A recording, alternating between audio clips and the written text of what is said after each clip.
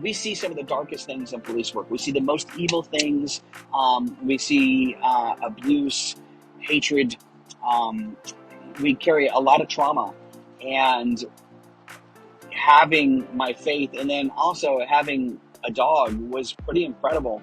And I talk about that in one of the last chapters, is realizing, just the God putting Mattis in my life, and what a service that was, because of the things that you see, to have his head on my shoulder, at times after I went to a tough call, and just being able to scratch his head. That was huge.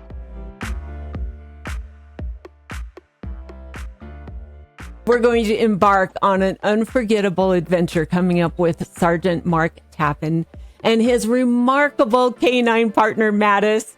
Mark and Mattis aren't just heroes. There's social media sensations. We're going to have to talk about that, with a massive following of over 5 million across social media platforms. Mark is a former Marine. Thank you for your service. And now an active duty police officer. He is going to share of his exciting journey along with Mattis through triumphs, adversities, a few injuries that I read about. Oh my goodness. And the bond between man and canine that is so possible. Mark will reveal invaluable lessons he's learned from Mattis, courage and selflessness. Welcome, Mark Tappan. We're so glad to have you with us. Thanks so much. It is a pleasure to be here. Well, it is a personal pleasure for Misty and I'll just say. I have 2 canine rescues. They are actually sleeping behind me. Misty? I have 2 rescues as well. Yeah. Yep. So we are right there with you. And my son is actually a canine officer and has his own canine named Taz, very appropriately named for Taz and his energy. So this is an exciting moment for us, Mark. Really welcome to Kenkel, Fritz and Friends, the podcast. And tell us what inspired you to write about your experiences with Mattis. Well, thank you. And I love that too, just that you guys are big dog lovers. Oh, yeah. Because that's kind of how I grew up. And what's led me to the place in my life where I am now is my love for dogs. They've always played an important role. My dad used to field train labs growing up, so I was always around intelligent working dogs. And I saw just this special bond that people have with dogs. And then, fast forward years of my life to when I get into the police force, and I see these dogs doing amazing jobs, which your son, obviously, you can see through him. Like, the things that the dogs are capable of just blow you away. And Mattis is actually my second dog. Okay. And I remember testing him and realizing from the beginning, this is a special dog. Like, this dog makes me look so much better than I am. He was intuitive. His work ethic was unbelievable, his focus. And then the greatest thing about him was this bond that we had. And it did this amazing thing where it created bridges and, like you said, led to some social media popularity and things. Some? Yeah. Wow. And so it was one that, as I look at the world and I look back at what he did, I wanted to tell his story, but also through the lens that I see the world is God was making me a better man through my relationship with my dog. And so I thought it was important to share I didn't know if anyone was going to be interested, and I sure am grateful to my publicist, my publishing agent, Tommy Nelson, who believed in me when I've never written a book before, and I can't believe they put faith in me to do it. And so here we are. There he is. He's back there. I love it. So He's precious. like, don't leave me out. Here I am. I love it. So my husband and I, first of all, thank you so much for what you do for your community. We are just huge supporters of police officers and first responders. My husband is so proud of his the flag collection we have. You can see it when our garage door is up because we have like HOA restrictions, but he flies the the blue line flag and one for the EMTs, and he has all these. So yeah, we appreciate our officers so much. Thank you. And a lot of the story actually begins with this chase Yeah. that you went on. And man, whew, that was hard to read. But you talk about how this kind of kickstarted everything, and I love how you related it to Colossians 3:23. Whatever you do, work at it with all your heart as working for the Lord, not for human masters. So first of all, tell us about that story a little bit. Delve in, if you would. It's intense. Well, the story was I was on patrol. And I was going to get a lamb hero at my favorite lamb hero place, and this car just started. They were driving in a way that was different than most people drive. Right, is the only way that I can explain it, and so it just piqued my interest. And so they cut right in front of me. Technically, it was illegal, but I was also hungry. Right, so I was like, it's not that big of a deal. People do that kind of things. Cut lanes without using their blinker right in front of people all the time.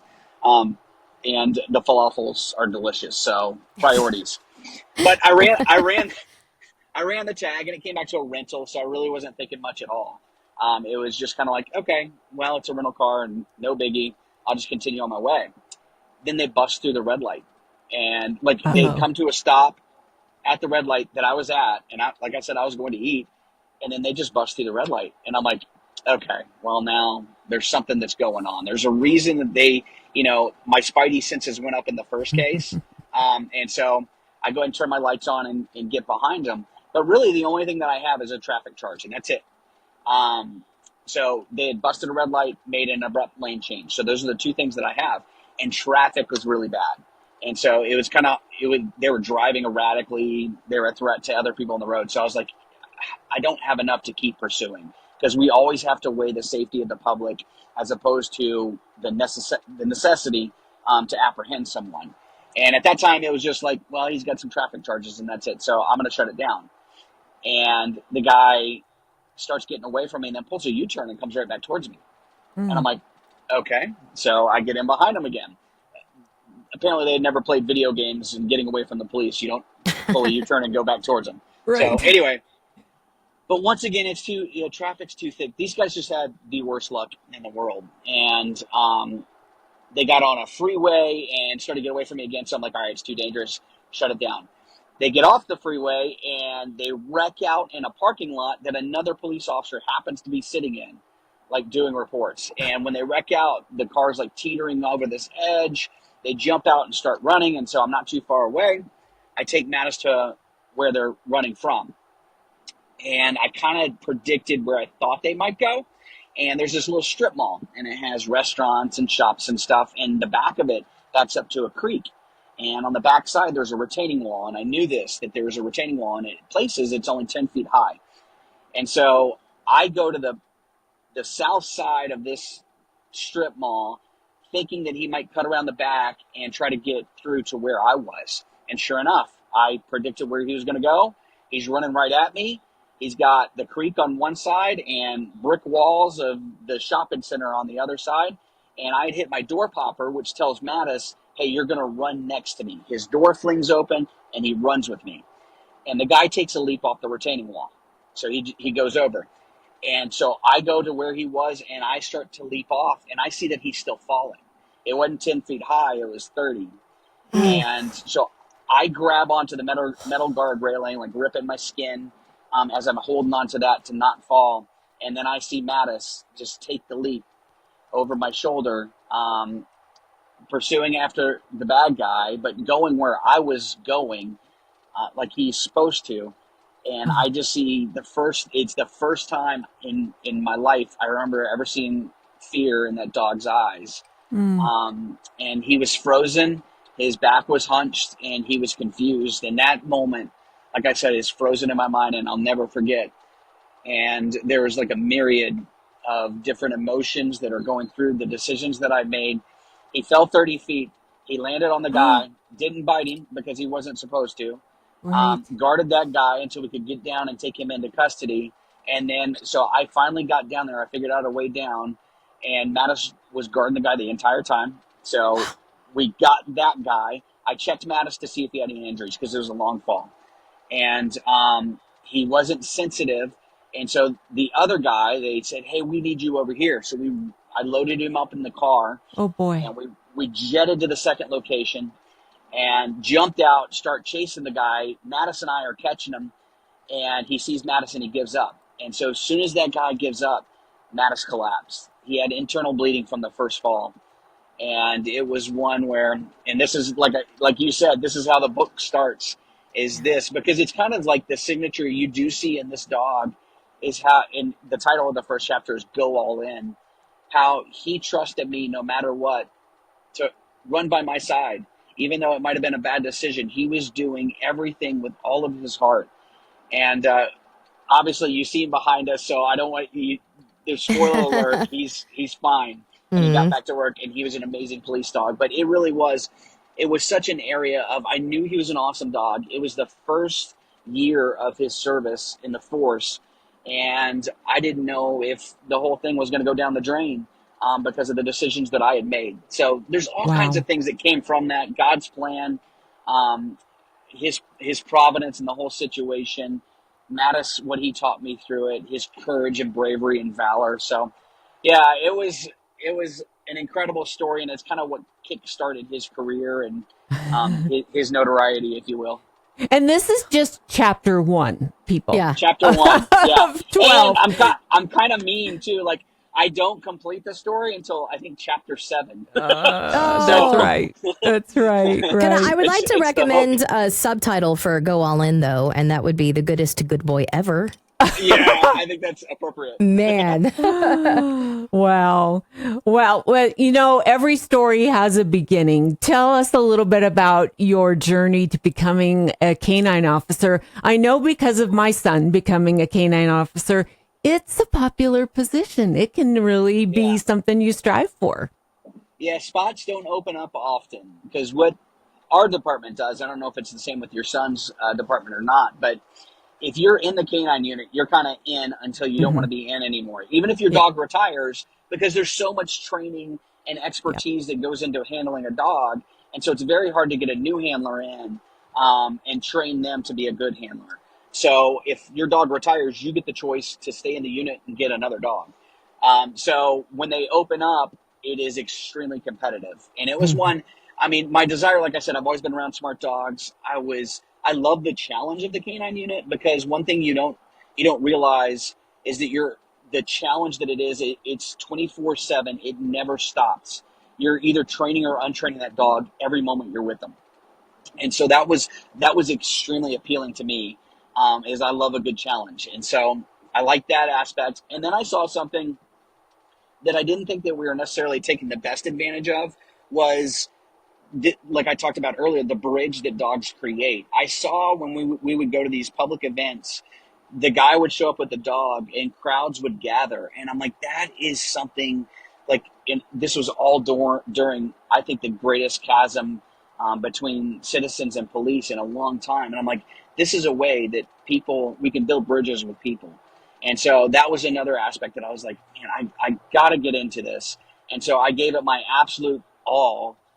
Started reading books about canine handling, learned all the case law I possibly could to go into the interview. And then I laminated my resume. I went above and beyond because this is what I want more than anything else. So that's kind of what led me and how I got into canine. Wow. I love it. You've overcome a lot of personal and professional hurdles with Mattis by your side. Faith and resilience kind of fueling that journey. Talk a little bit about that. Yeah, well, I mean, that's something to me. It just, like I said, it's the lens in which I see the world. Trials and tribulations, the injuries and the questioning, you go through it and it's tough. And then at the end, you see God's design through it all. My faith, I don't know how I could have done this job without my faith and my family. They've been great anchors where it's always knowing that God is in control, that he has a plan, that he's working it out for his good. According to, that has always been my perspective. And so when I did SWAT, canine, every situation, I was like, okay, if I'm acting with the intentions of serving God, that I can't go wrong. The quote from Paul, "To live is Christ, to die is gain." You know, what is there to lose? Um, so that was always the lens with which I see the world, and how I approach police work. So I don't know. It's like, I don't know how I would have done it without it. So it's hard to say, you know, this is how it applies in my life. It's no, that's who I am, and that's how I approach it. So you know, there's times where I fall short, but knowing God is in charge is, I don't know what I would have done in this job without it. Mm, I don't know if that Yeah. was I kind of love that. circular. It's just like one of those that we see some of the darkest things in police work. We see the most evil things. We see abuse, hatred. Um, we carry a lot of trauma, and having my faith, and then also having a dog was pretty incredible. And I talk about that in one of the last chapters, is realizing, you know, just the God putting Mattis in my life, and what a service that was, because of the things that you see, to have his head on my shoulder, you know, at times after I went to a tough call, and just being able to scratch his head, that was Mm, huge, and something I man. miss dearly, not being in canine anymore. Oh. No, actually what you said, it's inspiring and a little bit convicting for me, because I'm never going to see even a smidgen of the things that you experienced, you know, being a canine officer. And yet my inclination in life is to kind of look for God after the fact. Like, Mm, so I love that reminder, that mindset of just going, okay, I don't understand what's happening right now, but I know there's a plan and a purpose yeah, here, and I know that God is in this. And so I love that approach. I think we can all learn from that. me too. So, yeah, good. That's good stuff. I Yeah. appreciate that for sure. Love it. Oh, And thanks. just the fact and the power, I guess, of understanding nonverbal cues and fostering loyalty, and Yeah. how that has affected you not only as an officer but as a daddy, as a devoted father. Talk about that, because it can't help but to spill over. Yeah, and I think that's one of the things I talk about in the book too. Is I think it has made me, hopefully, I mean, my wife's sitting right next to me. She's driving right now, and so Uh-huh. yeah, I say this tongue in cheek. If I'm wrong, you're going to see a hand come across the screen and smack me. But I I hope that, I know I learned. I don't know if I am, but being a better dad and a better husband through a lot of what I saw in this dog was, he approaches life with such zeal and love and all of his heart, and and like work ethic. We'd go down in the morning to get ready, and he would do circles because all he wanted to do was go to work with me, and that was daily a reminder of like, wow, if I could have that kind of attitude, that's what God wants from us. You know, that's exactly the Colossians 3:23, and then it's convicting as a dad and a father as well, is that you have to be that way. And then, like you said, the nuances that you have to pick up on Hmm. being a handler, because you're supposed to be the smart end of the leash, which is that's not always the case. In my experience, was I have to be able to interpret what the dog is telling me. And so that does have some spillover, and I definitely know I can get a hand across my face because I'm not great at that as a husband. I know, is picking up on the nuances. One of the I'm famous in our friend group for once getting her a potato with my picture on it as a Valentine's Day gift for my wife, and Oh, some I thought that retraining. was a great idea. So Some yeah, I'm retraining learning. needed there. Wow. Yeah. Wow. Well, we're talking with Sergeant Mark Tappan. He shares a unique bond with his canine partner, Mattis, one of the most decorated police canines of all time. Mark knew from the first time they interacted that Mattis was something special.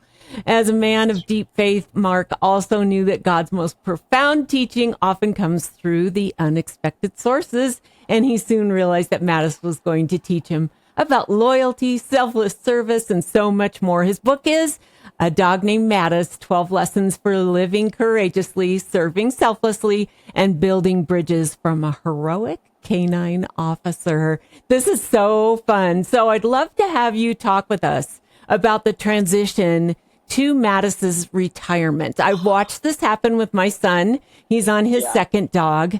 And how challenging has that been? Extremely. You get to work, for 10 years of my career, I got to work with my best friend every day. 10 And it years. was, That's a long time. Man, yeah. yeah, well, he served, I had two dogs, so Okay. he served for 6.5, and I had one other dog Gotcha. before that. But it was, 24/7. You're always with them. Um, Part of my day was getting out and playing with a dog for a living. And then, like I said, the darkness that you see and to have that dog on your shoulder was significant and incredible. And I always say, and to this day, it's the best job in the world. Is Yeah. playing with a dog for a living. I loved it. I loved every second. And having him retire, it was tough. I went to work alone, and I remember that first Mm. day, and actually the first six Oh, months of it. Mattis didn't know that he was retired. He right. he would run down to get his harness on, Mm. and he'd do Oh. circles like he always did, just with excitement. And then I'd have to scratch his head and walk out the door without my Oh, buddy. make me And cry. yeah, I'm about to as well. And he would wait for me at the door, and I'd come home. That's his spot. But after 6 months, he stopped following me down the stairs.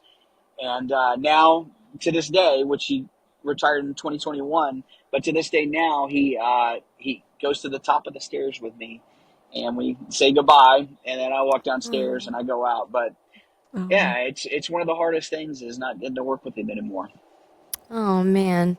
Now he is retired, but are there ways that he still continues to contribute to the community? Because I think that Yeah, well, you mentioned this earlier that just canine officers kind of a great partner with the community because it helps to build trust and unity right. as well.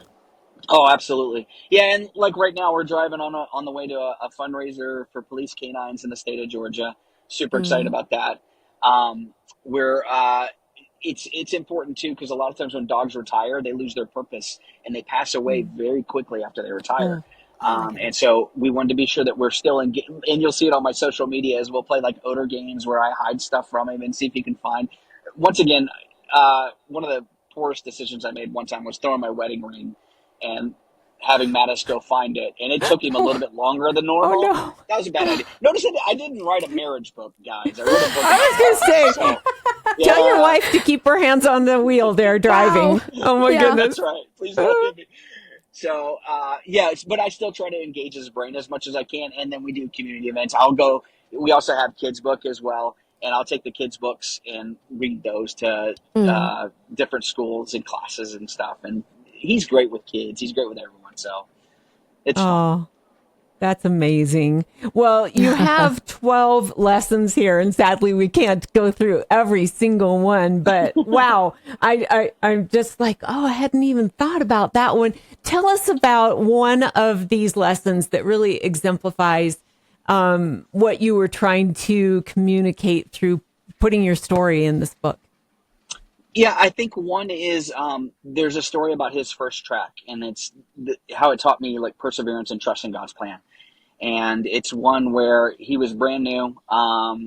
He had like literally we had just come back from school, probably the first weekend that we had worked, and it was rainy out, which is miserable conditions. It was hot, and we had someone that took off from accident, and the supervisor on team was like, "Hey, you can. We don't really need you. It's just a minor thing." And I'm like, "No, I want to see what my dog can do. So let's try this out." And so we start a track on the side of a freeway, and we're going, and it's going for a while on the side of the freeway, which is a hard area to track just because Oh, you have cars that are going fast. sure. Odor that they're smelling is getting blown everywhere, but he's Yeah. he's doing a great job. Like he's right on it, like his nose to the ground. He moves fast, and then he takes me up to this ditch that or a drainage pipe basically that runs under the freeway, and it's one of our main freeways. So it's like a 8-lane freeway, probably I'd say 400 to 600 meters from side to side across, Mm. across, and it's this 3 foot high drainage ditch that probably 3.5, 4 foot. I'm short, but it's at this awkward height where you don't crawl, but you can't stand up. And so you're hunched over. And Oh, he turns into that and he's dragging me through this drainage ditch. And I keep hitting my head on the top of the concrete. And there's rain that's dripping down. I'm getting soaking wet. Blood is coming around the backside of my head because I keep hitting my head on the top of the concrete. My back is killing me because of the distance that we're going, and Mattis is just dragging me through this ditch. And then there's little critters that are running around my feet too. That Oh, it's just like, oh, what are those? I don't know. little And critters. yeah, and I'm exhausted. I am absolutely exhausted. And I get to the end of this drainage ditch, and it goes up onto this waterfall, and it's super muddy. You can kind of climb out, but it's dangerous to either side. And I want to give up. I want to stop. I'm like, you know what? I think he did good, but I'm not sure. And I'm contemplating whether or not we want to continue on because I'm like, they didn't go over this waterfall. And then I look to the side and I see a shoe stuck in the mud. And I'm like, oh my gosh, it's like a sign. It's like this dog is nailing it, right? Because it's one of the things like in most police work with your dog, you get instant gratification, right? When they're Mm, doing fines and things, if they're searching for an odor, you know whether or not the odor is there. On a track, it's hard because it's so long and you don't know if they lost the track. And so we could be on the wrong trail, but he mm-hmm. nailed it. Like there's a shoe right there. So it was reassuring. I'm like, all right, we're going. We climb out. I'm now bloody, muddy, tired. And we Mm. start like going down a hill full speed. I'm slamming into trees, getting Oh, knocked around, falling my down. Lord. We go through a creek. We go back up a hill. Like it's another like probably mile of a track where I'm just getting tortured and I'm exhausted. And he's going so fast, but I'm like, I don't know, he's going back and forth. I'm like, maybe he lost it somewhere and I want to give up again.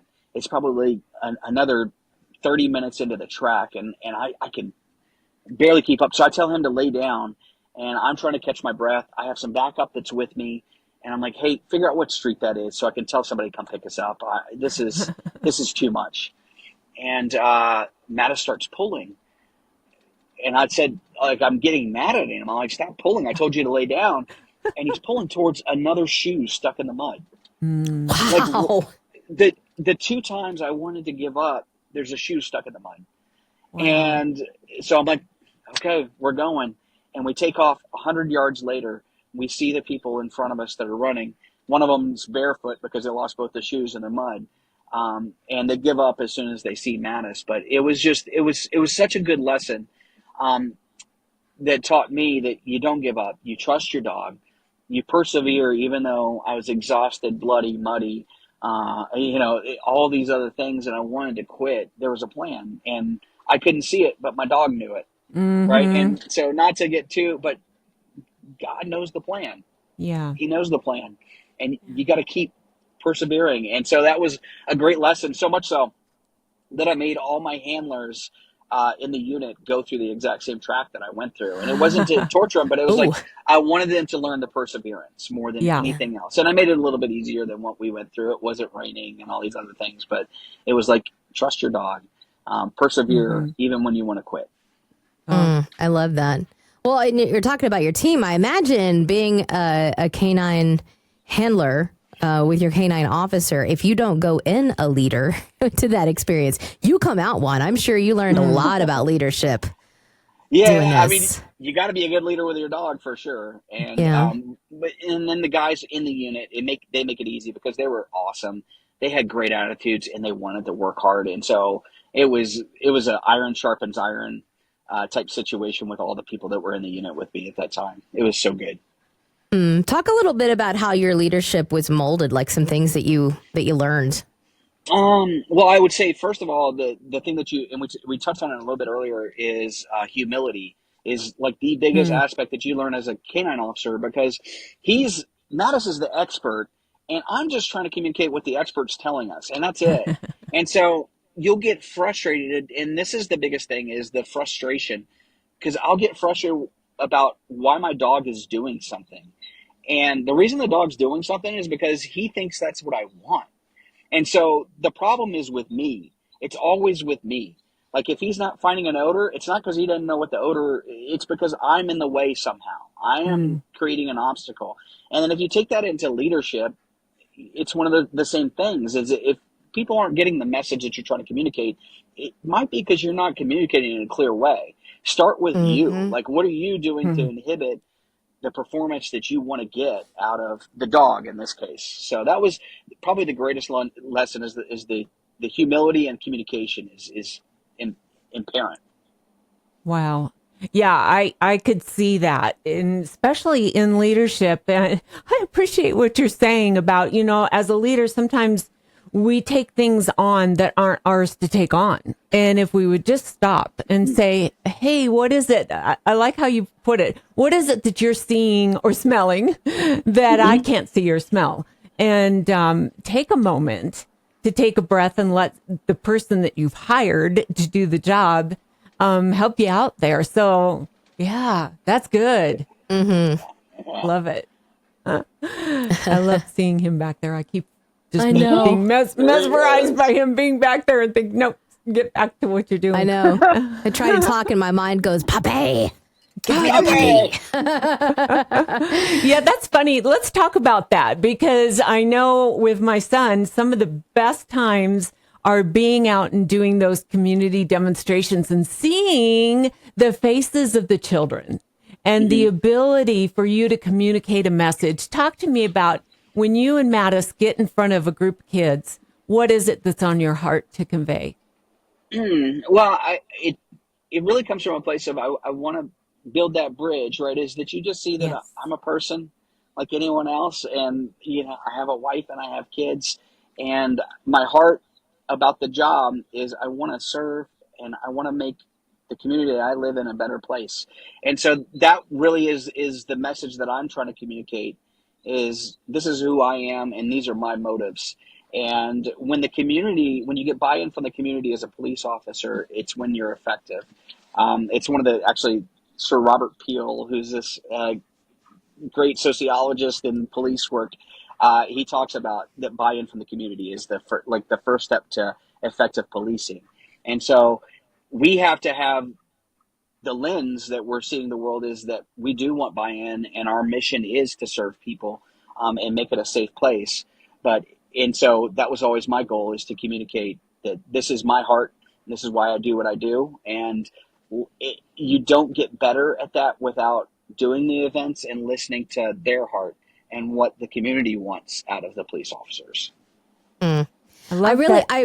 I'm Yeah. sorry. Go ahead, Sally. No, I was just going to say, I love that you can be out in the community with these little children, with this dog that we know can take down anybody that Yeah, they set their mind to take down. And yet the kids can come up and pet them, but maybe yeah. educate us a little bit. And Misty asked this of my son once. How should we greet you when we're out in public? Do we come up and say, can I pet your puppy?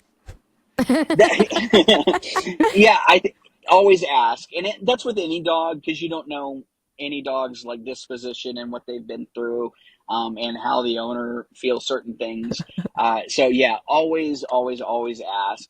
With my working dog, like some dogs, they might say no.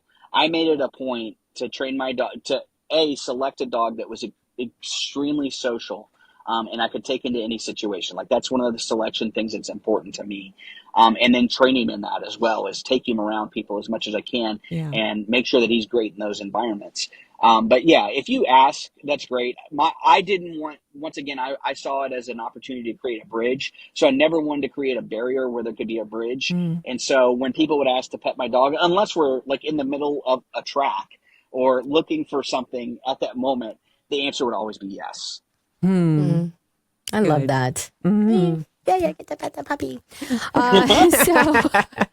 Yeah, priorities, right? We talked about it earlier. Often my dog That's will right. bite. So if there's one thing you want the reader to walk away from after, going through this book, what would that be? What would the key takeaway here? Yeah. So I want them to be able to see the world through the lens that I see the world. Mm. Not the same way that I see the world, but I just see God working in my dog. And the same lessons are happening in everyone else's life is you have things that are teaching you if you're listening. And so I learn things daily from my amazing wife and how Mhm. kind. I'm not just saying this because she's driving and she's right here, Yeah. but she's one of the most incredible people that I know, and daily I learn things from her. Or my kids. I always said, I have this son who has this compassionate heart, and from a little boy, I'm like, man, you make me want to be a better person. Like, you have things in your character that I wish I had, and I need to work on as a godly man. And so those lessons are being taught to us from different sources all around. That's what Romans 1 says, that we're without excuse because of God's creation, right? As Mm. God's creation is screaming out these lessons. And so if you could get one thing, I would say that more than anything else. The second thing I would love for you to get to is, I'd really like you to appreciate how awesome these dogs are Mm, and Hmm. the job that they do. So, That's yeah, beautiful. man. I Yes. love a lesson 11, let your light shine. And it's based on 1 Corinthians 10:31. Do it all for the glory of God. Thank you, Mark Tappan, for doing that. And I just encourage you, as our listening family, are you ready to be utterly captivated? Because this is an extraordinary tale of aw. courage, loyalty, and heartwarming adventure. We're super excited to have had this opportunity to share this remarkable story of Sergeant Mark Tappan and his incredible canine partner, Mattis. And if you're watching this on YouTube, you've been able to get a little glimpse of him in the background. I Yes. love that. Their book is A Dog Named Mattis, 12 Lessons for Living Courageously, Serving Selflessly, and Building Bridges from a Heroic Canine Officer. It's a treasure of life-changing lessons learned from Mattis, and really accolades that include over 200 arrests, more than 2 million in cash seizures, and the prestigious Purple Heart. So thank you so much, Sergeant Mark Tappan. Your book, your story has revealed to us that the true success is built on relationships with friends and family and communities that we're in, and the dogs that are beside us. Misty and I Yes. are your perfect audience for this one. We're just grinning from ear to ear. We appreciate all that you are contributing. Tell us where we can find you. MyDogMattis.com is our hub. Okay. Is if you go there, but if you go on to Instagram, that's probably our most popular. So, or not most popular, TikTok's our biggest, and that's K9_Mattis, Mattis. You can find us there. Instagram is, if you look up Mattis, Mattis, you'll see a dog with a blue check, and that's him. Mm. That's awesome. And I've Misty already would know followed. what that blue check means. Yep. Because Yep. she's our Yeah, social that's how I media found him, queen. and I was like, follow, instant follow. Aw, well, thank you so much. I'm so glad you did that. A lot of people don't realize how much of a story is inside them to sit down and share their life. So appreciate that you did that. It took like I said earlier, other people believing in me where I didn't necessarily believe in myself that I could do it. So anyway, I'm very grateful for the people that told me I could and supported me along the way.